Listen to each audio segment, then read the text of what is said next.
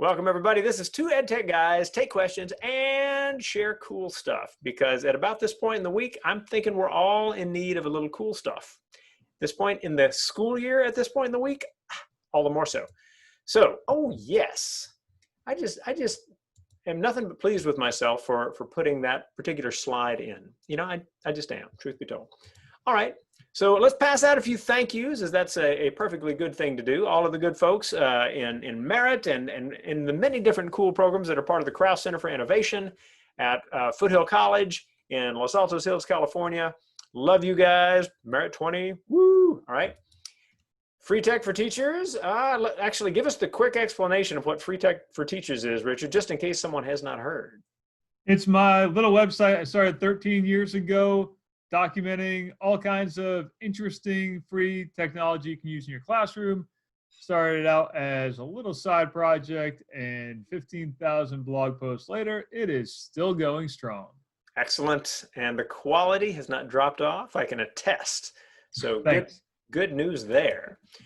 My little nonprofit effort is Next Vista for Learning at nextvista.org. It's an online library of videos by and for teachers and students everywhere, free to use, free to contribute to, free to download from, all for a student audience, all screen content. My own little attempt to save the universe from ignorance, one creative video at a time. Ding. All right, so I hope that you will give that a look. Lots of videos that might be useful to you. Why on earth would I be saying something about the Peace Corps right now? That's because one of our longtime watchers, all right, viewers, friends, Cecilia Babkirk, is going to be with us after we finish the recording today, so we can just talk a little bit about what it means to teach English at a high school in way out of the way Ethiopia. And so that's going to be really cool stuff. Please stick around after the recording for that, because coolness. There you go. All right. So you should know that at 3:30 today, we are going to do an Activities Across Grade Levels webinar. This is something that Tech Coach Susan, Susan Stewart and I put together.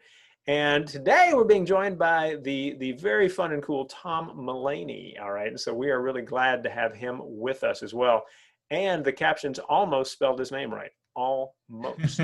One more L and it would have been there. 3:30 Pacific, 6:30 p.m. Eastern today. The Next Vista webinar page, if you just go to nextvista.org, you can get there. I'll get it in the chat as well. How's this going to work today? Well, what we're going to do is we're going to handle some questions, share a little cool stuff, handle some questions, share a little cool stuff, and then handle a few more questions, and then finish up. And then once we finish the recording, we're going to talk to Cecilia about cool Peace Corps stuff, so stick around. All right, with that, Richard, get us going. What would be our first question? Our first question of the day came from Chuck, who says, "Greetings from California.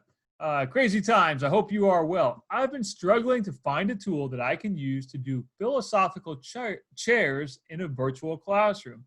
The discussion debate part is no problem. What I need is a tool where students can move an avatar or picture of themselves to a certain area of the screen to indicate their position on a topic. All students need to see the same screen, but the only item they can move is their avatar picture and nobody else's. Do you have any ideas for a tool platform that could do this?" I'm ready. Well, What's that? I'm like ready to go. I've got a screen share ready for this one. Oh, I'm ready on this too. I just made a video about this. What? Like Awesome. 20 minutes ago. Cool. Because I thought it was such a good question. My suggestion is different than yours. I know what yours is. Mine is to use Google Jamboard. And in Jamboard, you can I drew circles to represent tables that kids would drag their pictures to represent their position, if you will, on the question. And so I made a little video about it. I'll put the video link in the chat. I literally just published it 21 minutes ago, according to YouTube. All right. But you've got an idea, Rushton, that I think is equally good. I have another idea for you. And actually, the first thing that came to my mind was also Jamboard.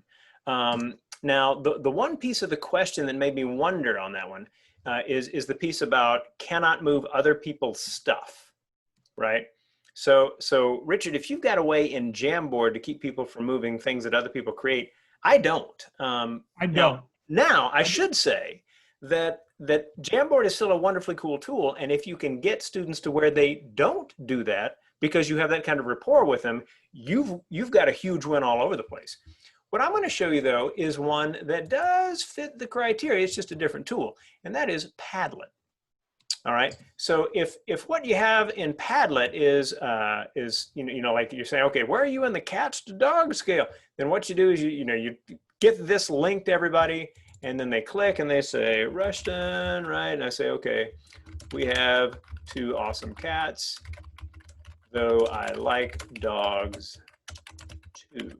All right. And then I put that out there, and I can just kind of move this wherever it needs to go. I can only move my stuff. Now, as the person who created, I can move everybody's stuff, but participants will only be able to use the ones to move the ones that they create. So Padlet.com may be an answer to your question, but give Jamboard a look. Jamboard's collaborative tools are amazing, and it just keeps getting better. As you'll find out if you watch our activities across grade levels later today.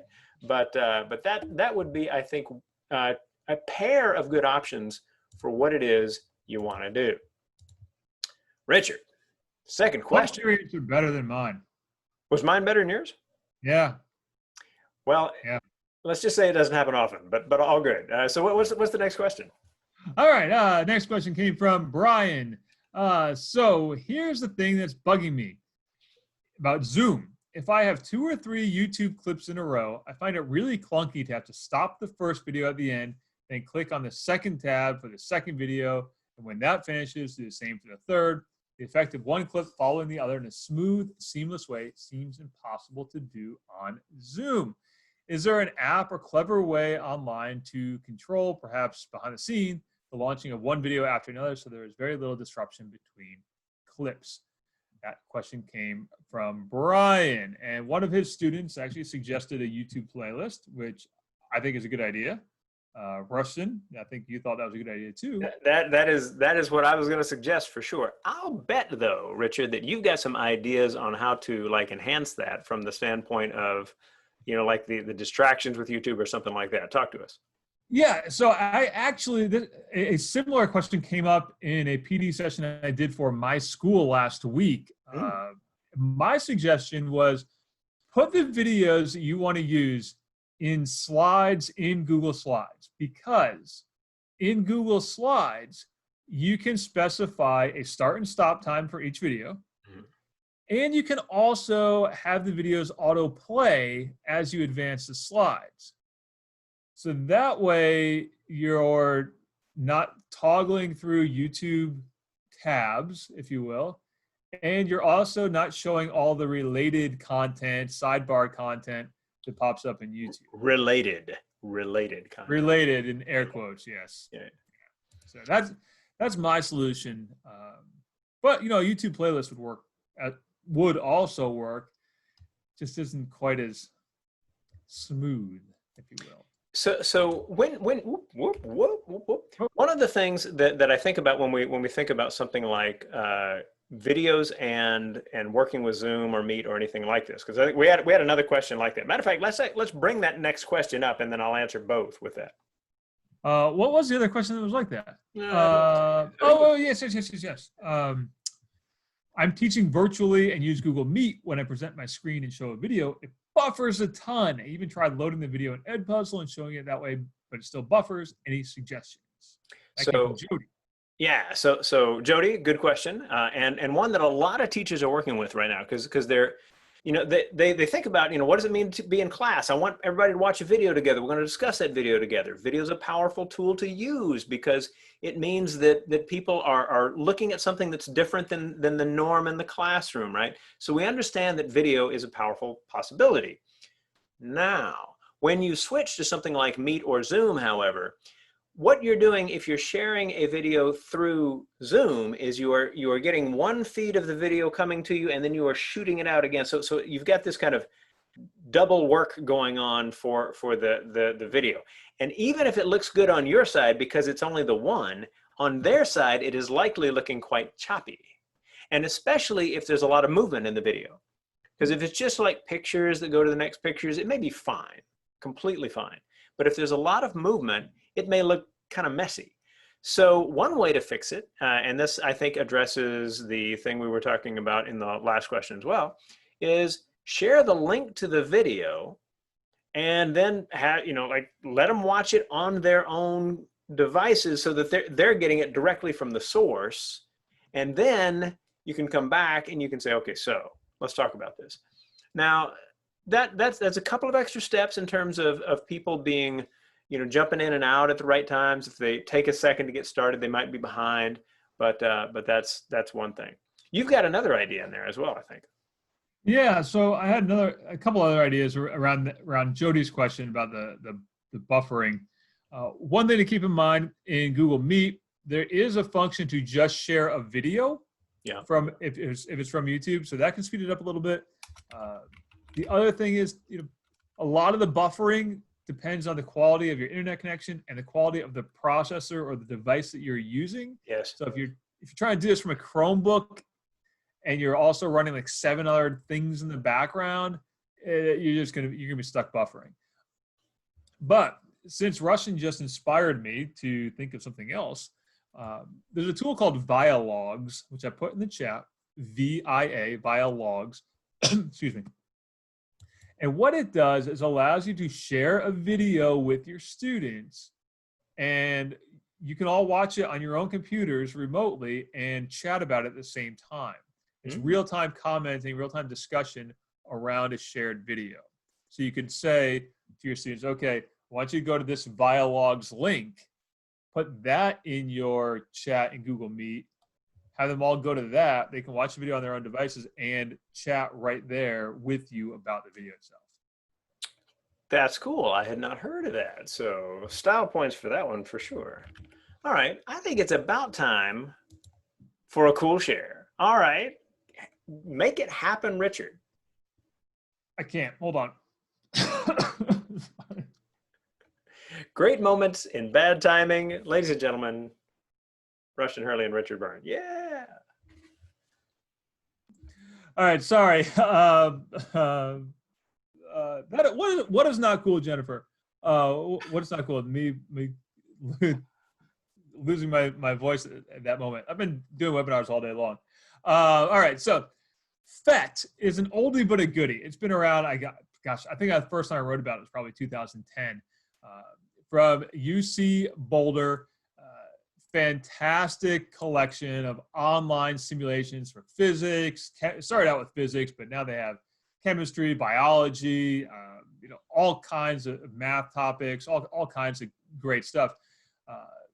They've been in the process over the last year and a half of converting all their simulations to be HTML5 compliant. What does that mean for you and me? It means that it will run on all manner of devices, including your iPad, your Android tablet, your Chromebook, all those places. So they have 178 various simulations, I believe. I think is that the right number? Let me look it up. They have a lot. 158. There are 158 simulations. Let me screen share real quick, Rushton. Sure. Oh, let me do a quick screen share. Oh, you've got to stop. There we go. There we go. Okay. There we go. I'll screen share. Share. Like, for example, here's one, acid-based solutions. And you'll see there's that little HTML5 symbol. That means it will work on your iPad. It will work on all the devices that you can possibly think of, as opposed to like this alpha decay model, which is still Java. Right? So let's do acid-based solutions. I have never actually tried this one in my life, but okay, well, you can see what the solution. Ah, there we go. So you can move these things around. Now, you may have noticed on that previous page, you can embed it into your own website. So if you want to put it in, let's say, your Google site of resources for kids, you can do that. You've got the option to download it. You've got the option to put it in Google Classroom. All kinds of cool places. And last little thing about it, they do have a PowerPoint plugin. So lots of cool things you can do with it. That is quite cool. I knew that they were trying to shift over to HTML5 so that like people on Chromebooks and stuff like this could use these. But I didn't know that they have a classroom integration. That's a really nice improvement. Yeah. So Awesome. that's my quick share of the week. And a good, cool share it is, which gets us to the next question. Oh, yes. Sorry. Good thing you're here. I'd just be all over the place. Happy to help. So, question from Arlene said, I'm writing to ask a question regarding Flipgrid on behalf of my Spanish 1 students. Is it possible for 2 or more students to record a Flipgrid virtually while in breakout rooms on Google Meet? I'm trying to have them record dialogue as we would in class. So, kind of an interesting idea, kind of an interesting thing. Because Flipgrid wasn't originally designed for dialogue with 2 students talking, this way to each other, like side by side, right? It was designed for 1 kid in front of the camera. But you can upload to Flipgrid. So you could have your students do a recording of their Google Meet, a screen recording of their Google Meet, where they talk about it, and then upload to Flipgrid. It's a little bit clunky, but you could do it that way. Does that make sense? It does. I mean, I think one of the things that you look at with something like this is, there's a spectrum between an activity and a tool. So if you're talking about Flipgrid, what is it you want to do in Flipgrid? Well, I want to prompt folks and have them respond in quick videos. Okay, that's Flipgrid magic right there, right? If what you want are kids to talk to each other as part of a language class, is Flipgrid the right tool? Well, maybe, yeah. Like I would do it just as Richard described. I'd say, all right, well, like do screen record, like in Zoom, for example, screen recordings, or any of these, and then upload it to that. But it might be that you just record it to Zoom and stick that in Drive and then share the link, and they're already doing what you want. So you do have to kind of stop and go, am I focusing too much on a given tool because I was using it for this, and really what I'm doing is slightly different? So think like tool activity spectrum with that as you do it.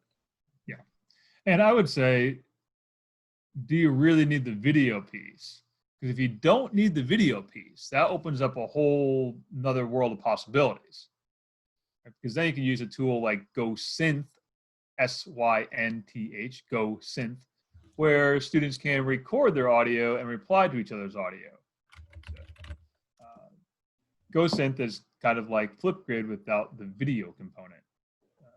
Podcasts in bites is how they pitch themselves. But and like when you look at the idea of having kids do different things, so often we don't look at audio. I mean, I'm a video guy. I love video, but audio is a great step along the way. And especially for language teachers, you look at things like this tool, Book Creator, where you can have these kind of different, audio pieces, developed as part of a digital book. There's a lot of cool things you can do with audio. So keep that in mind as you go as well. What's our next question? All right, next question came from Tom, who asked, if I leave a comment for a student on a Google Drive video, will they get a notification? So the impetus for this question, by the way, was a video I made earlier this week about how to use Google Drive to leave comments on videos. And the answer is yes, provided they have not disabled comment notifications, right? Because your students and you can change your comment notifications for not only your entire Google Drive, but also individual files that you have shared in your Google Drive. So with that, I think sometimes it's a good idea just to see what it is that people are thinking about with that kind of thing. So what I will do is I will shift over to this. This is, if you are in YouTube and you go to your little doodad up here and you go to settings, right? One of the options is notifications, and this is where you find these things. Okay, so here are the different things you can do. And as you think about like this question for your kid, remember that there is what the kid has done and what you have done. So, for example, in Zoom, people are kind of grappling with this all the time. How do I control what the kid sees? You kind of don't, right? Because individuals are making choices about what they see. Momentarily, you can do it if you spotlight a video or something like that. But by and large, there just needs to be a set of articulated explanations about how people are doing different things in different ways. Cool. Yeah. Let's head back to the question thing. Do we have another one ready to go? Oh, we got all kinds of questions. So, do you have any recommendations for using another Flipgrid question? Any recommendations for using Flipgrid with K-3 students? I like the idea of using it, but I have some current concerns about privacy. How do you keep people from watching that shouldn't be watching the videos? Sandra, we got a lot of privacy questions, it seems. Go ahead, Rushton. You got this one.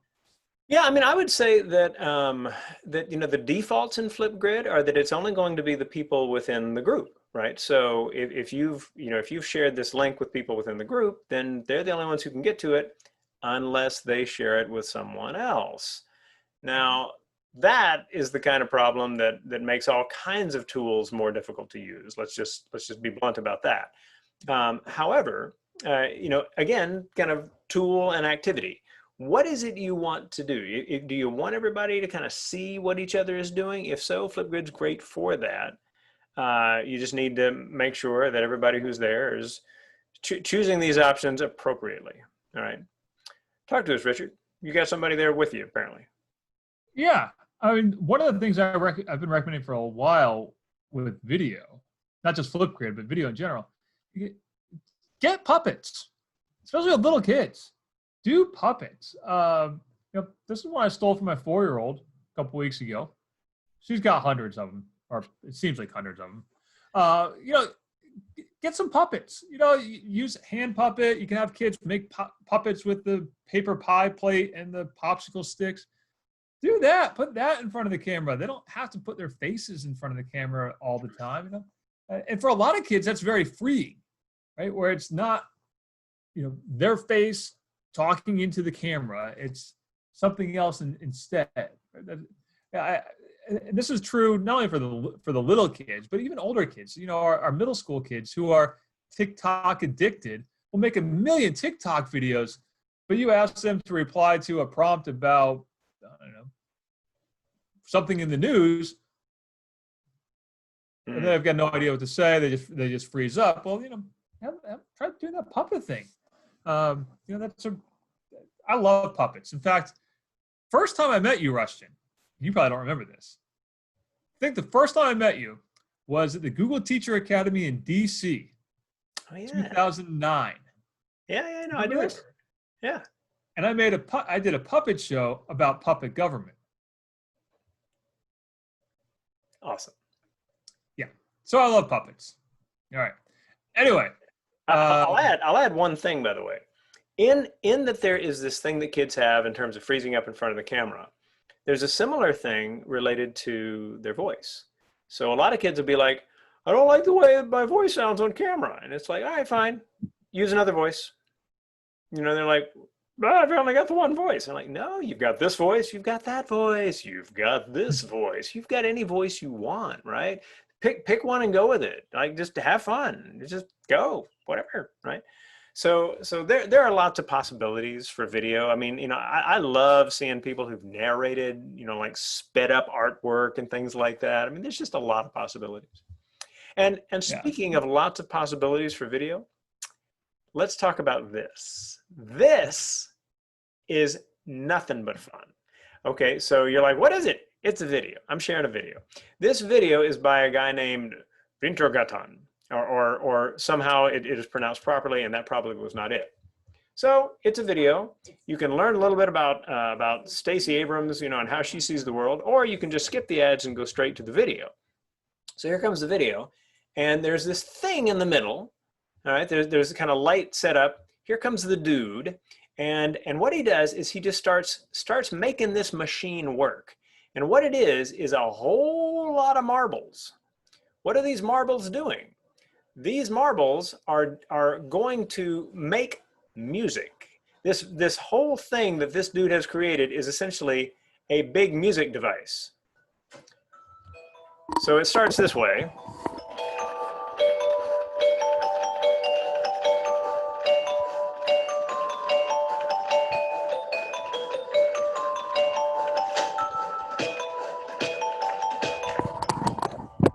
And it just keeps getting more and more fun as it goes, right? So you might think, okay, well, it's a video. What about it? I'm not entirely sure. However, it's been seen over 150 million times. When I showed it to my students, they were like, wow, that's really cool. And like the discussion about, being experimental with things and innovating in different ways. And we had a discussion about how would you make this video even cooler than it is. So they were kind of bringing in all kinds of ideas on that. And even in my Rotary Club, like we shared this and people were like, that was amazing. And so whatever it is about this video, people like it. So whoever, this is like some artist, if you look him up online, you can find like videos of him in concert doing stuff that he does. Dude's interesting. So in the cool share department, interesting dude. Wintergatan. Hopefully, don't get flagged for a copyright violation when this goes up on YouTube. Just thought of that. Yeah. Let's see. Yeah. All right. It was short. It was a very short segment, right? Very short segment. Definitely. Next question. Next question. All right. This is all you. This one's all Rushton because I hope I thought about it beforehand. Why it's all Rushton. But do you have any information about how to make Bitmoji classrooms? That came from Tanya and a half dozen other people this week. So the fascination with Bitmoji classrooms continues. That is out there. If you have watched Richard and I talk about this before, you will know that we are both a little mystified as to exactly just how academically valuable these guys are. But if you are having fun doing it and the kids like it, go with it. So what I did is so time consuming, says Sheila in the chat. What I did was I found a tutorial that's out there because truth be told, I have not tried this. And it might be that I will achieve another level of understanding of the universe once I do. Might. All right, but here in the chat is a link to a YouTube video that somebody put together that has had like lots of views, like 800 and something thousand views, which is itself kind of impressive because it's a tutorial on Bitmoji classrooms. 800 and something thousand views, impressive. Anyway, so we'll have that available both in the chat right now. If you're watching this as a recording, like, but I can't see the chat. All is lost. No, that's not the case. Actually, on our page where you find this recording, you'll find the links there. I've got a link. I made a document for you with all of these links so you don't have to like write them down. What? You are such nice men. We are happy to help. Are you married? We are. Stay away. All right. So anyway, so you know that's out there. Let's go to probably one more question. All right, one more question. And this one, let's. Okay. Let's get this one here. Do you have any? I'll shortcut it. Tools and resources you can recommend for parents and teachers handling children or young adults who are hearing impaired. So for online learning. Yep. What do you think? When I saw this question, it was dangerously close to the time we were starting our recording, which means that I didn't act on what I thought of at the time. I have a buddy in North Carolina named Janet Perez, all right, and she Perez, right, and she is one of these people you encounter and you're like, wow, that person's awesome, just so cool, right? And she connected me with like these other cool people who are doing these interesting things, and I'm like, wow, awesome.